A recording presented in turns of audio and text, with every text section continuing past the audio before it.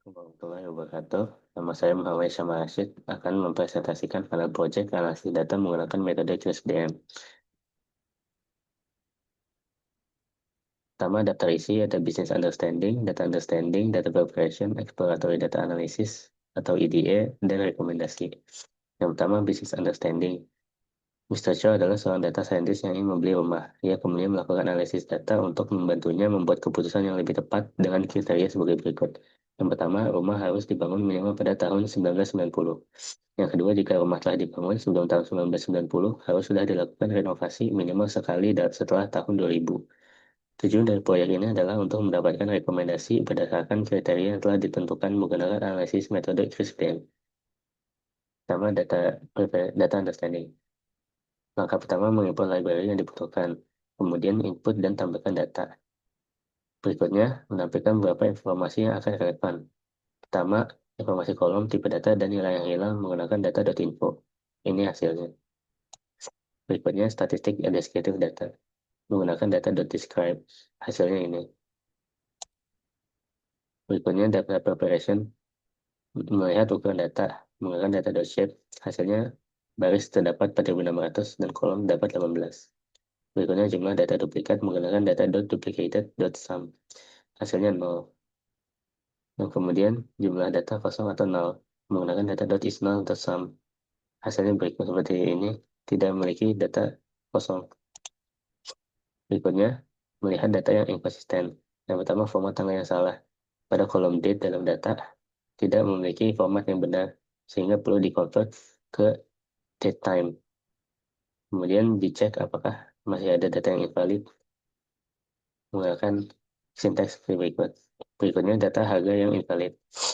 Harga yang invalid jika harga di bawah atau sama dengan 0, perlu dilakukan data removal menggunakan sinteks seperti ini. Kemudian, tahun pembangunan yang invalid, yaitu jika tahun pembangunan di atas tahun 2025.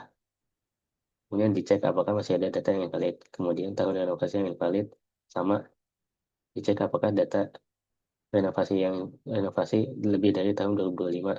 Kemudian dilakukan pengecekan. Berikutnya data preparation, mencari nilai outlier menggunakan box plot. Didapatkan grafik seperti ini di mana outlier terlihat sangat signifikan.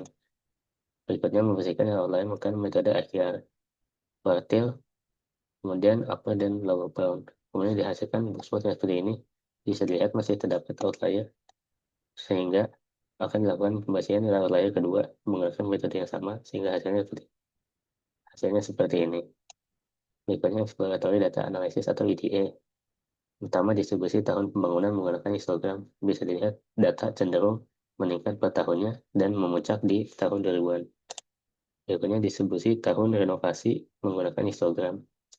Kita lihat sama setiap tahunnya mendapatkan peningkatan dan berpuncak di tahun 2000-an.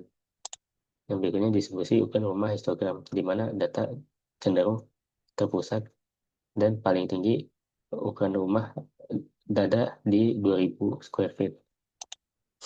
Berikutnya korelasi antara harga rumah price dengan ukuran rumah square foot living menggunakan scatter plot. Jadi lihat korelasi cukup kuat karena titik-titik berada dari pusat yang sama. Berikutnya rekomendasi. Rekomendasi rumah berdasarkan analisis yang telah dilakukan. Mencari rumah yang memang dibangun tahun 1990, rumah yang dibangun sebelum 1990 dan direnovasi setelah 2000. Berikutnya menggabungkan kedua kondisi tersebut. Berikutnya mengambil 10 rekomendasi rumah teratas. Setelah itu menampilkan hasilnya jadi terdapat seperti ini, di mana rumah-rumah yang direkomendasi ada di rumah nomor 17, 22, 23, 31, 33, 35, 37, 43, 47, dan 48. Sekian, terima kasih. Assalamualaikum warahmatullahi wabarakatuh.